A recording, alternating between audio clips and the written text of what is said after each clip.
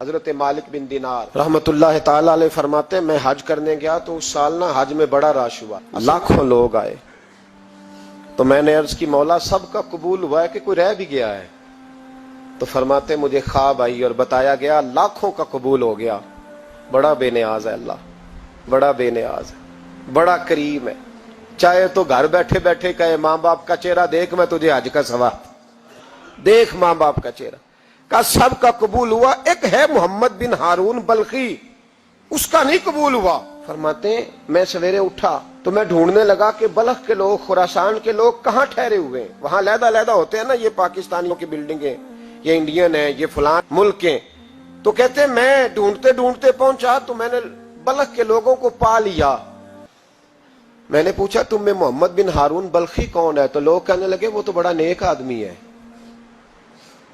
بڑا پرہیزگار ہے۔ کہتے ہیں میں نے کہا مجھے خواب آئی ہے، حج قبول نہیں ہوا، یہ تعریفیں کر رہے ہیں۔ میں نے کہا کس طرح کا نیک؟ تو لوگ کہنے لگے جی 24واں تو وہ حج کرنے آیا ہے، ساری رات نفل پڑھتا ہے، سارا دن روزہ رکھتا ہے، بہت مالدار تھا پر ہر چیز اللہ کی راہ میں خیرات کر دی۔ فرماتے میں نے کہا وہ کہاں ہے؟ کہنے لگے پہاڑ کے پیچھے خیمہ اس نے لگایا ہے، وہاں اللہ اللہ کر رہا ہے۔ حضرت مالک بن دینار علیہ رحمہ فرماتے میں وہاں پہنچا، مصلی پہ بیٹھا تھا، سلام پھیری، میں نے السلام علیکم کے بعد کہا آپ محمد بن ہارون بلخی ہیں؟ کہنے لگا ہاں۔ آپ مالک بن دینار ہیں؟ میں نے کہا کہ اس نے تو میرا نام بھی جان لیا بغیر بتائے۔ فرماتے ہیں میں نے کہا کہ ہاں میں مالک بن دینار ہوں۔ کہنے لگے کیسے آئے ہو؟ میں نے کہا بس ملنے آیا تھا۔ کہنے لگے نہیں، جس کام آئے ہو وہ بتاؤ۔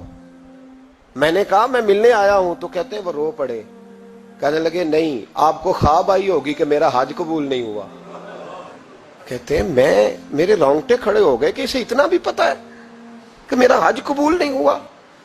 میں نے اس کو کہا کہ تجھے کیسے پتا کہ مجھے خواب آئی ہے؟ کہنے لگا مالک بن دینار مجھے 24 سال ہو گئے، میں اس بے نیاز کے گھر کا طواف کرتا ہوں، میں حجر اسود کے بوسے لیتا ہوں، میں مقام ابراہیم پہ نفل پڑھتا ہوں، میں صفا مروہ کی سعی کرتا ہوں، پر 24 سال بیت گئے۔ جب میں طواف وداع کرنے کے قریب آتا ہوں تو کوئی نہ کوئی اللہ کا ولی آ کے کہتا ہے دوڑ جا تیرا کوئی نہیں قبول ہوا۔ 24 سال۔ تو مالک بن دینار فرماتے میں اس کے قریب بیٹھ گیا اور اس کے گھٹنے پہ ہاتھ رکھا، میں نے، بندہ بھی معذور تھا، اس کا ایک ہاتھ کٹا ہوا تھا، چہرے پہ عبادت کے نشانات نمایاں تھے، اور میں نے کہا یار پھر تیرا حج قبول کیوں نہیں ہوتا؟ تو کہنے لگا مت پوچھ، تو مجھ سے نفرت کرے گا۔ میں نے کہا نہیں تو بتا۔ کہنے لگا نہ پوچھ۔ میں نے اصرار کیا تو کہنے لگا اس لیے نہیں قبول ہوتا کہ میں اپنی اماں کا نافرمان۔ تے ماں کا نافرمان کیا ہوا؟ تو کہنے لگے اللہ نے دولت دی، جائیدادیں، گھوڑے، زمینیں، میں عیاش ہو گیا، میں اللہ کے دیے ہوئے مال کو ناجائز جگہ خرچ کرنے لگا۔ ماں میری بوڑھی تھی، عبادت گزار تھی، مجھے سمجھاتی تھی۔ رمضان کا مہینہ، عصر کے بعد اماں تنور میں روٹیاں لگا رہی، میں گھر آیا شراب کے نشے میں، اماں روٹی دو۔ ماں کہنے لگی شرم کر، روزہ رکھا نہیں تو جنہوں نے رکھا ہے ان کا تو خیال کر۔ کہتے ہیں یہ لفظ میں نے سنے تو ماں کو ایک تھپڑ دے مارا، اماں جلتے ہوئے تندور میں گر گئی، لوگوں نے مجھے کمرے میں بند کر دیا۔ کہتے ہیں ساری رات میں شور سنتا رہا پر نشے میں پڑا رہا۔ اگلے دن ظہر کے بعد آنکھ تب کھلی جب میری بیوی الماریوں سے کپڑے نکال رہی تھی۔ میں نے کہا کہاں جا رہی ہو؟ کہنے لگی میکے جا رہی ہوں، میں ماں کے قاتل کے ساتھ وقت نہیں گزار سکتی۔ میں نے کہا ماں قتل ہو گئی؟ کہا ہاں، رات 9 مہینے تجھے پیٹ میں رکھنے والی اور چھاتی کا دودھ تیرے گلے میں اتار کے پالنے والی تیرے ہاتھوں قتل ہو گئی۔